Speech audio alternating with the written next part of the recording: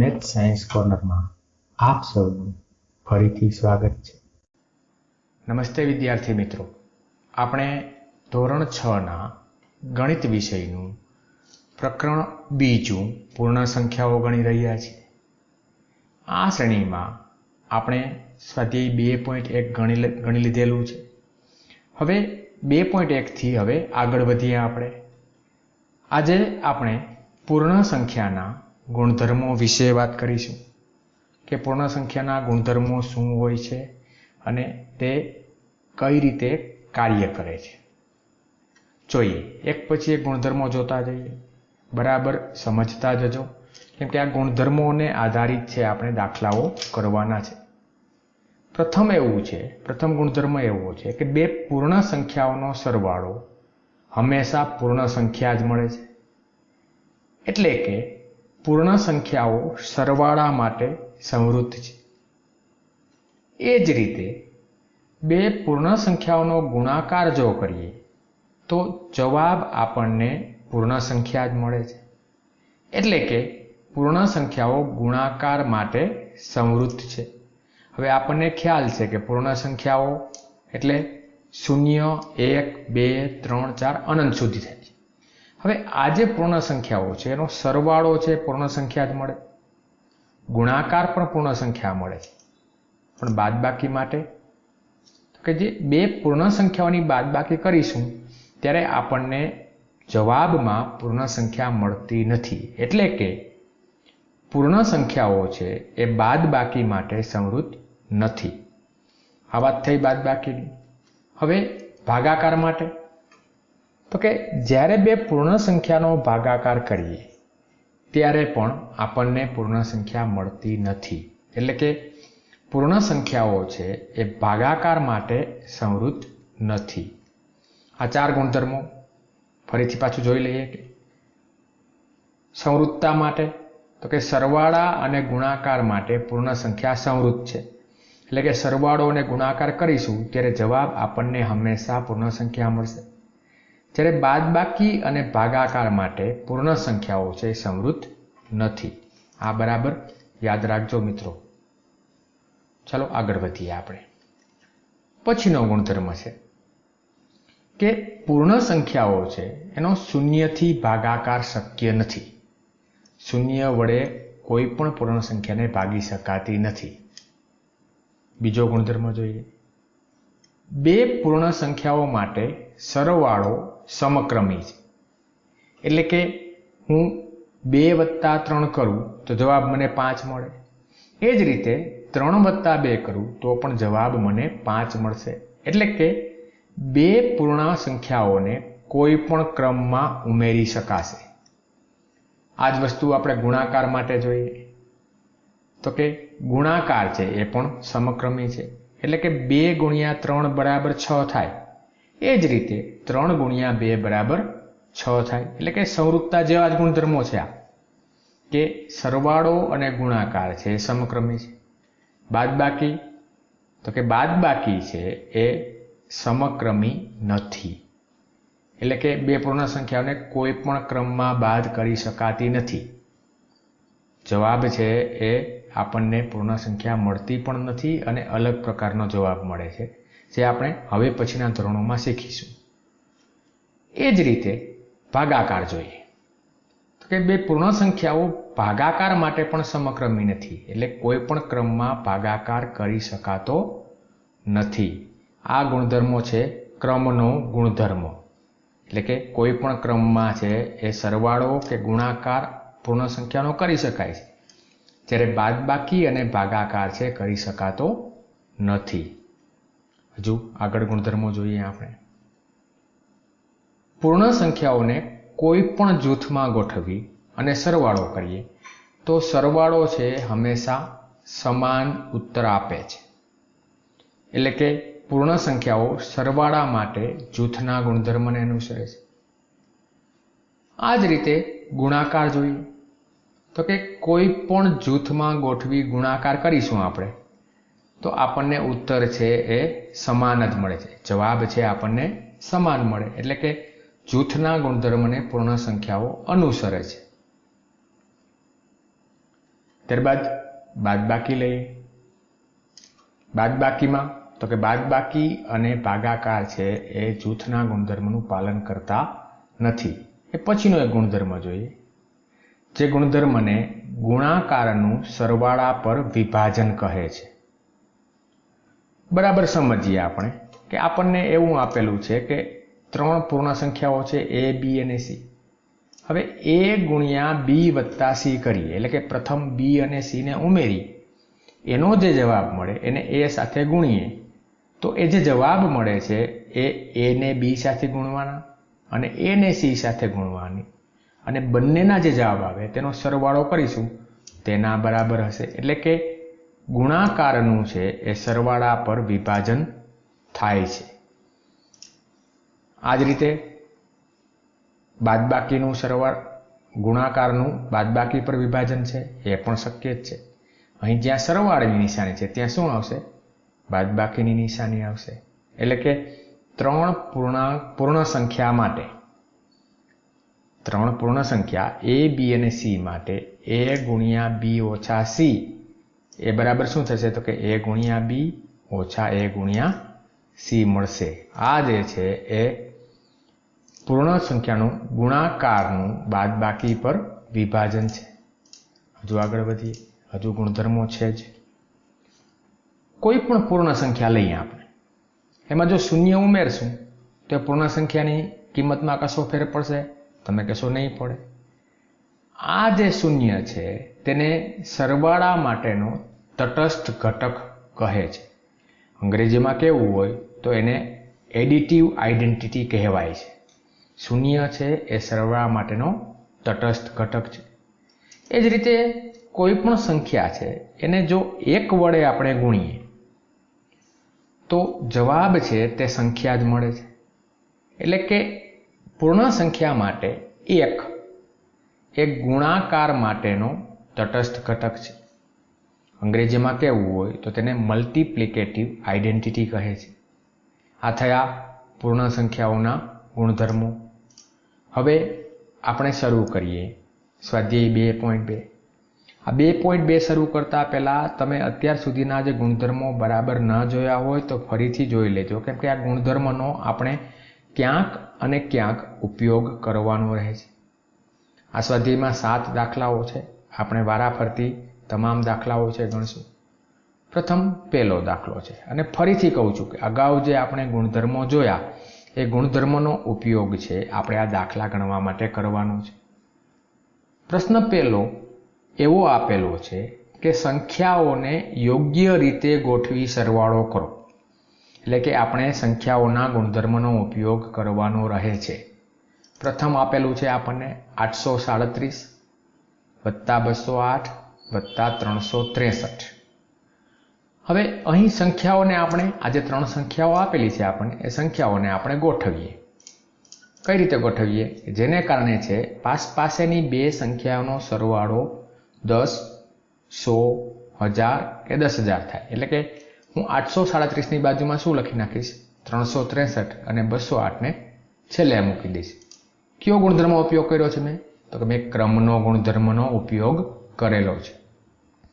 હવે પ્રથમ છે આ બંને સંખ્યાઓ છે એનો સરવાળો છે એ કૌંસમાં મૂકીને પહેલા સરવાળો કરીએ.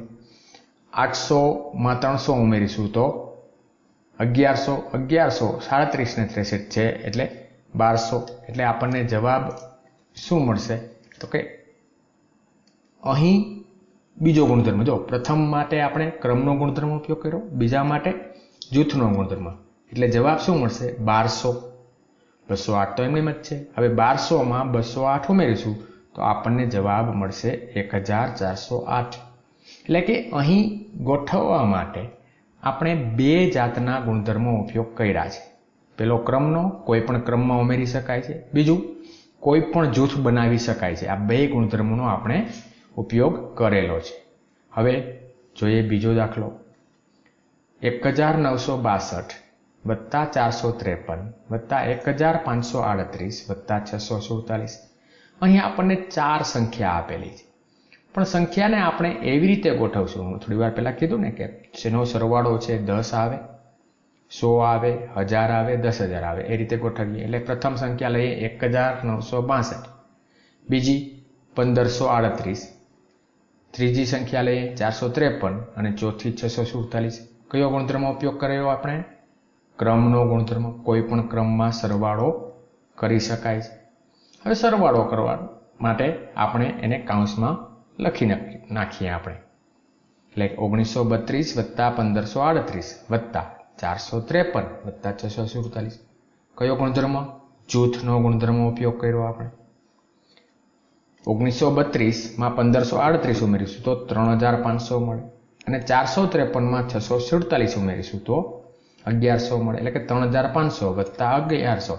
3500માં 1000 ઉમેરીશું તો 4500 અને 4500માં 100 ઉમેરીશું તો 4600 આપણો જવાબ થશે. એટલે કે અહીં આપણે કુલ 2 જાતના ગુણધર્મ, આ બંને દાખલામાં આપણે ક્રમ અને જૂથના ગુણધર્મનો ઉપયોગ કરી અને બંને દાખલા છે ગણેલા છે. પછી જોઈએ ત્રીજો દાખલો. પ્રશ્ન બીજો જોઈએ. પ્રશ્ન પહેલામાં આપણે સરવાળો કરવાનો હતો. પ્રશ્ન બીજામાં આપણે ગુણાકાર કરવાનો છે. હવે અહીં ગુણાકારમાં પણ એક વસ્તુ આપણે ધ્યાન રાખીશું કે ગુણાકાર એ રીતે કરીશું જેને કારણે 2 સંખ્યાના ગુણાકારમાં છેલ્લો અંક છે 0 આવે, એટલે કે 10 આવે, 100 આવે કે 1000 આવે. અહીં આપણને આપેલું છે 2 ગુણ્યા 1768 ગુણ્યા 50. ગોઠવશું કઈ રીતે આપણે? 2 ગુણ્યા 50, કેમ કે 50 ગુણ્યા 2 100 થશે, ગુણ્યા 1768. કયો ગુણધર્મ? ક્રમનો ગુણધર્મ. કોઈ પણ પૂર્ણ સંખ્યાને કોઈ પણ ક્રમમાં ગુણાકાર કરી શકાય. હવે આપણે એના જૂથ પાડીએ. એટલે 2 ગુણ્યા 50 ગુણ્યા 1768. કયો ગુણધર્મ? જૂથનો ગુણધર્મ. 50 ગુણ્યા 2 એટલે 100 અને 1768 ના એમને રાખીશું આપણે. 1768 ગુણ્યા 100 એટલે આપણને 1768 પછી 2 શૂન્ય મૂકી દઈએ, એ આપણો જવાબ. અહીં પણ આપણે ક્રમ અને જૂથ આ બંને ગુણધર્મનો ઉપયોગ આપણે કરેલો છે. પછીનો દાખલો જોઈએ આપણે. 4 ગુણ્યા 166 ગુણ્યા 25. અહીં જોઈએ તો કઈ 2 સંખ્યાને ગુણવાથી છેલ્લે છે શૂન્યો મળે? આપણને ખબર છે કે 25 ગુણ્યા 4 100 થાય. એટલે કે આપણે કઈ રીતે ગોઠવશું? પેલા 4 ગુણ્યા 25 ગુણ્યા 166. કયો ગુણધર્મ? ક્રમનો ગુણધર્મ આપણે ઉપયોગ કરેલો છે. હવે 4 ગુણ્યા 25 એને કૌંસમાં લખી નાખીશું, એટલે કે જૂથ પાડીશું અને 166 છે એમને મૂકી દઈશું આપણે. અહીં આપણે જૂથનો ગુણધર્મનો ઉપયોગ કરેલો છે. એટલે કે 100 ગુણ્યા 166 એટલે કે 166 પછી 2 શૂન્ય મૂકી દઈએ, એ આપણો જવાબ મળી ગયો. પ્રશ્ન બીજો. આમાં પ્રથમ 2 દાખલા ગણ્યા, હજુ ત્રીજો છે આપણે. 8 ગુણ્યા 291 ગુણ્યા 25. હવે અહીં ગુણાકાર કઈ રીતે કરીશું કે જેને કારણે છે એ છેલ્લે 100 આવે? તો કે જોઈએ. 8 ગુણ્યા 25, 25 ચોખ્ખું 100 અને 25 અઠા 200 થશે. એટલે કે ક્રમનો ગુણધર્મ છે આપણે ઉપયોગ કર્યો છે. 8 ગુણ્યા 25 ગુણ્યા 291. કયો ગુણધર્મ? જૂથનો ગુણધર્મ. એટલે કે 25 ગુણ્યા 8 એટલે 1000 ગુણ્યા 291. 291 પછી 3 શૂન્ય મૂકી દઈએ, એ આપણો જવાબ. એટલે કે ગુણધર્મના જ ઉપયોગ કરીને આપણે છે આ દાખલાના જવાબ આપણે મેળવવાના છે. પછીનો જોઈએ ચોથો દાખલો. 625 ગુણ્યા 297 ગુણ્યા 16. અહીં 625 અને 16 ને ગુણવાથી આપણને છેલ્લે છે શૂન્ય આવે એવી રકમ મળશે. એટલે કે 625 ગુણ્યા 16 ગુણ્યા 297. ક્રમનો ગુણધર્મનો ઉપયોગ કર્યો છે. 625 અને 16 છે એને અલગ જૂથ બનાવી દઈએ આપણે. 625 ને 16 સાથે ગુણીશું તો આપણને જવાબ મળશે 10,000 ગુણ્યા 297. છેલ્લે જવાબમાં 297 પછી 4 શૂન્ય મૂકી દઈએ, એ આપણો જવાબ થયો. પછીનો છે પાંચમો દાખલો. 285 ગુણ્યા 5 ગુણ્યા 60. અહીં જૂથ કઈ રીતે બનાવીશું? તો કે 285 ગુણ્યા 5 અને 60 છે એનું જૂથ બનાવી દઈએ આપણે. જૂથનો ગુણધર્મ ઉપયોગ કર્યો આપણે. 6 5 30 એટલે કે 60 ગુણ્યા 5 300 મળે. એટલે 285 ગુણ્યા 300 એટલે કે આપણને મળશે 85,500 જવાબ મળશે. પછીનો છેલ્લો દાખલો જોઈએ આ પ્રશ્ન બીજાનો. 125 ગુણ્યા 40 ગુણ્યા 8 ગુણ્યા 25. અહીં 4 સંખ્યાઓ આપેલી છે એટલે કે આપણે 2 જુદા જુદા જૂથ કરવા પડશે. કઈ રીતે જોઈએ? 125 ગુણ્યા 8 કરીએ અને 40 ગુણ્યા 25 કરીએ. ક્રમનો ગુણધર્મ આપણે વાપર્યો છે. હવે 125 અને ગુણ્યા 8 ને એક જૂથ અને 40 ગુણ્યા 25 ને બીજું જૂથ કરીએ એટલે કે ગુણધર્મ થયો જૂથનો. 125 ગુણ્યા 8 એટલે 10,000 અને 40 ગુણ્યા 25 એટલે 1000 એટલે કે 1 પછી 6 શૂન્ય આવશે. આ થયો આપણો જવાબ. હવે પ્રશ્ન ત્રીજો જોઈએ આપણે. કિંમત શોધવાની છે. આપણને રકમ એવી આપેલી છે કે 297 ગુણ્યા 17 વત્તા 297 ગુણ્યા 3. આ રીતે આપણે રકમ આપેલી છે. હવે રકમ તમે બરાબર ધ્યાનથી જુઓ ને તો જો 297 બંનેમાં છે.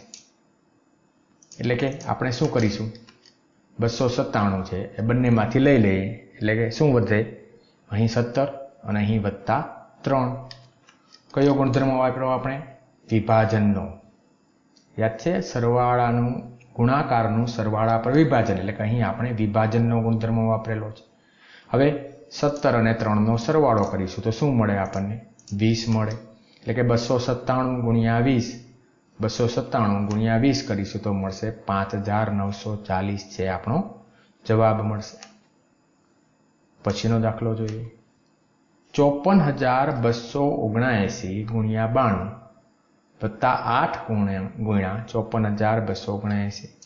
અહીં પણ જો આ જે રકમ છે ને 54,000 વાળી એ બંનેમાં સરખી છે. એટલે કે આપણે ફરીથી વિભાજનનો ગુણધર્મ છે એનો ઉપયોગ કરી શકીશું.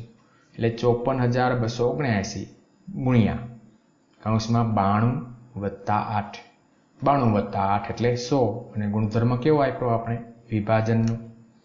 એટલે 54,279 ગુણ્યા 100 એટલે કે 54,279 પછી 2 શૂન્ય મૂકી દઈએ તો આપણને આપણો જવાબ છે મળી જશે. અહીં મિત્રો એક જ વસ્તુ ધ્યાન રાખવાની છે. આપણે ગુણધર્મ વાપર્યો છે. કયો ગુણધર્મ વાપરેલો છે એ આપણે કારણ તરીકે છે એ દર્શાવવાનો રહે છે. પછીનો ત્રીજો પ્રશ્ન જોઈએ. ત્રીજો જોઈએ. 81,265 ગુણ્યા 169 ઓછા અહીં પણ 81,000 જ છે. આજે ટાઈપિંગ મિસ્ટેક છે. અહીં ગુણાકારનું બાદબાકી પર વિભાજન છે એટલે કે અગાઉના દાખલા જેમ જ કરીશું આપણે. 81,265 ગુણ્યા 169 ઓછા 69. કયો ગુણધર્મ? વિભાજનનો ગુણધર્મ આપણે વાપરેલો છે. એટલે કે 81,265 ગુણ્યા 100 એટલે કે 81,265 પછી 2 શૂન્ય મૂકી દઈએ એ આપણો જવાબ થયો. પછીનો દાખલો જોઈએ. રકમ છે ઘણી બધી મોટી છે. 3,845 ગુણ્યા 5 ગુણ્યા 782 વત્તા 765 ગુણ્યા 25 ગુણ્યા 218. હવે અગાઉના દાખલાઓમાં કોઈ પણ એક રકમ છે એ આપણે જુદી તરી આવતી દેખાતી હતી, પરંતુ આ દાખલામાં એવી એક પણ રકમ દેખાતી નથી. શું કરીશું? તો કે અહીં આપણે જે આ 25 છે એ 25ના અવયવ પાડી દઈએ. 5 ગુણ્યા 5 જોઈએ. 3,800 ગુણ્યા 5 ગુણ્યા 782 વત્તા 769. શું કર્યું 25ના? તો કે 25ની જગ્યાએ મેં શું લખ્યું છે? 5 ગુણ્યા 5. બાકીની રકમ છે આપણે એમને એમ રાખેલી છે.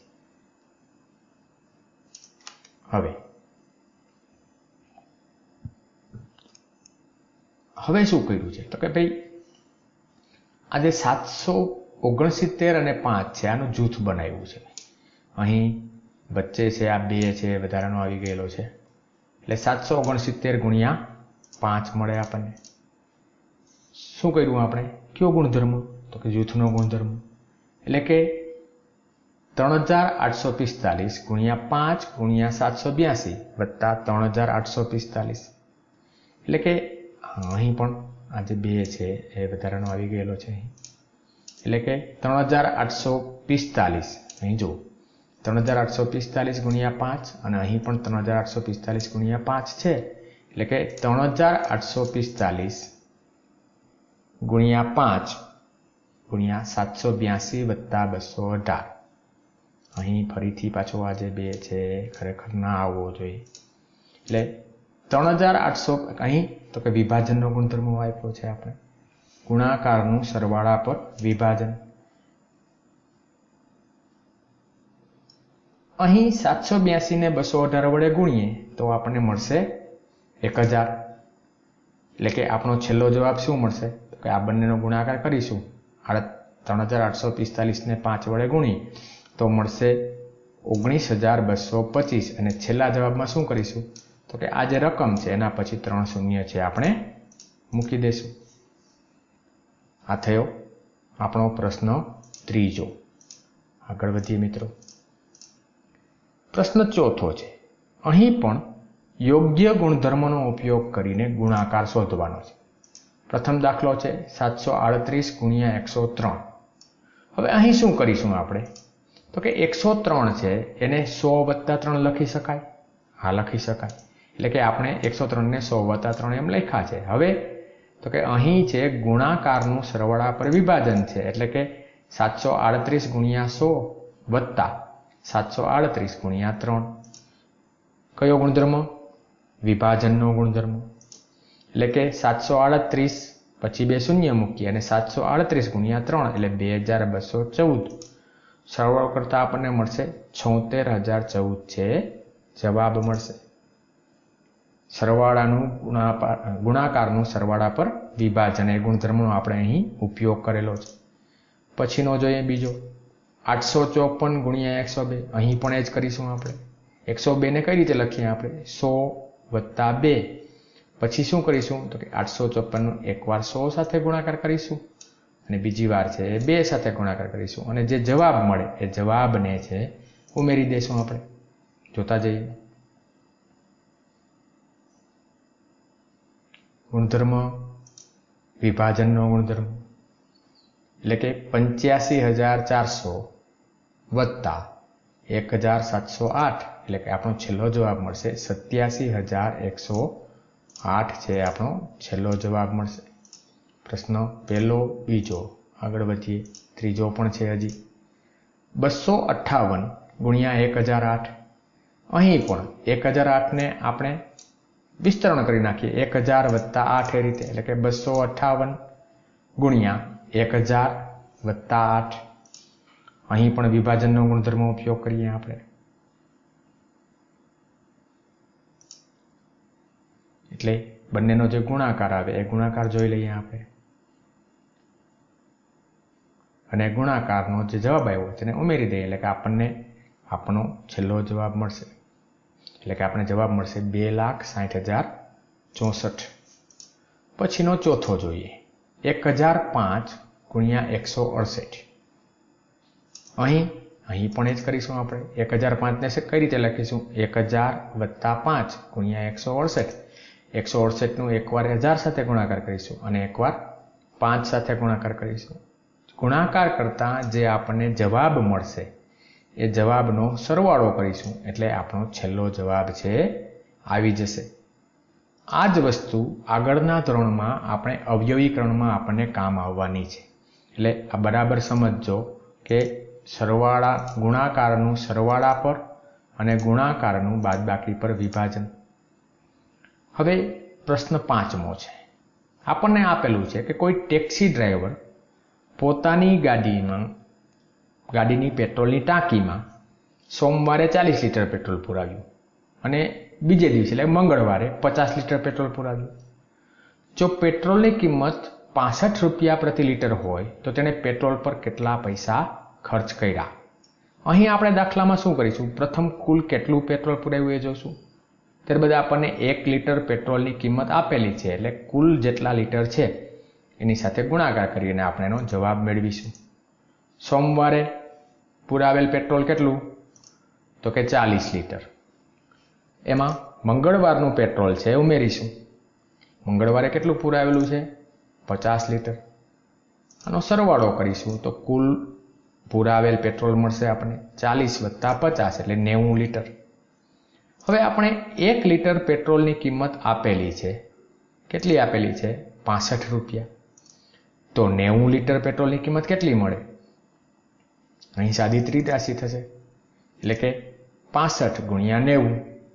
હવે 90 સાથે ગુણાકાર છે એને માટે આપણે શું કરીશું? તો 90 છે એને 100 - 10 તરીકે લખી શકાય ને. એટલે કે અહીં આપણે ગુણાકારનું બાદબાકી પર વિભાજન કરીએ એટલે 65 × 100 - 10 એટલે 6500 ઓછા 650. શું થશે? 6500 ઓછા 650 એટલે કે 5850 રૂપિયાનું કુલ પેટ્રોલ છે એ ટેક્સી ડ્રાઈવરે પુરાવેલું છે. અહીં પણ જો આપણે અગાઉ જે ગુણધર્મો જોયા એનો ઉપયોગ જ છે. પછીનો છે 6થો પ્રશ્ન છે. દૂધવાળો હોટલમાં સવારે 32 લીટર દૂધ આપે અને સાંજે 68 લીટર દૂધ આપે. જો દૂધની કિંમત 45 રૂપિયા પ્રતિ લીટર હોય તો દૂધવાળાને રોજ કેટલી આવક થતી હશે? અહીં પણ પ્રથમ આપણે દૂધનો સરવાળો કરીએ. સવારે કેટલું આપે છે દૂધ? 32 લીટર. વત્તા સાંજે કેટલું આપે છે દૂધ? 68 લીટર.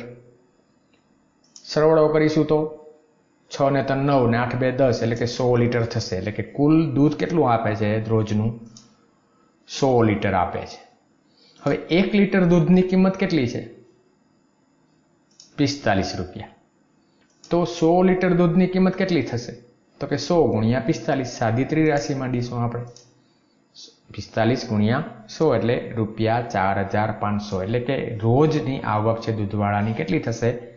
4500 રૂપિયા. પ્રશ્ન 6થો. હવે જોઈએ પ્રશ્ન 7મો. આપણને 2 વિભાગ આપેલા છે, વિભાગ A અને વિભાગ B. એના વિભાગ A માં આપણને સંખ્યાઓ આપેલી છે અને વિભાગ B માં ગુણધર્મો આપેલા છે. આપણે જોડકા જોડવાના છે. આપણે એક પછી એક જોતા જઈએ. પ્રથમ તો વિભાગ A લખી નાખીએ જવાબમાં. ઊભી લીટી દોરી અને બાજુમાં વિભાગ B કરીએ. પ્રથમ શું છે? તો કે 425 × 136 બરાબર 425 × 6 + 30 + 100. એટલે કે 130 ને કઈ રીતે લખેલા છે? 6 + 30 + 100. કયું આવશે જવાબ? તમે કહેશો ગુણાકારનું સરવાળા પર વિભાજન. સાચી વસ્તુ છે. આપણે એ પહેલાની સામે શું આવશે? C. પછીનું બીજું જોઈએ. 2 × 49 × 50 બરાબર 2 × 50 × 49. એટલે કે અહીં ક્રમમાં ફેરફાર છે. ક્રમમાં તો ફેરફાર છે એટલે ક્રમનો ગુણધર્મ થશે, પણ સરવાળો કે ગુણાકાર? તો કે ગુણાકાર છે. એટલે કે બીજા માટે જવાબ શું આવશે? ગુણાકારના ક્રમનો ગુણધર્મ એટલે કે A. ત્રીજું જોઈએ. 80 + 2005 + 20 બરાબર 80 + 20 + 2005. એક જ વૈધું છે. સરવાળાના ક્રમનો ગુણધર્મ એટલે કે આપણો છેલ્લાનો જવાબ થશે સરવાળાનો ક્રમનો ગુણધર્મ. અહીં આ સ્વાધ્યાય 2.2 છે આપણે પૂરું કરીએ છીએ. હવે પછીના વિડીયોમાં આપણે આ જ પ્રકરણનું પૂર્ણ સંખ્યાઓ પ્રકરણનું સ્વાધ્યાય 2.3 આપણે ગણીશું. તમે હજુ સુધી જો આ ચેનલને સબસ્ક્રાઈબ ન કરી હોય તો સબસ્ક્રાઈબ કરજો અને જોતા રહેજો મેથ્સ સાયન્સ કોર્નર ચેનલ. તમારા કોઈ પણ પ્રશ્નો હોય તો નીચે કોમેન્ટ બોક્સમાં છે એ જણાવજો. ત્યાં સુધી પુનરાવર્તન કરજો અને આવજો દોસ્તો.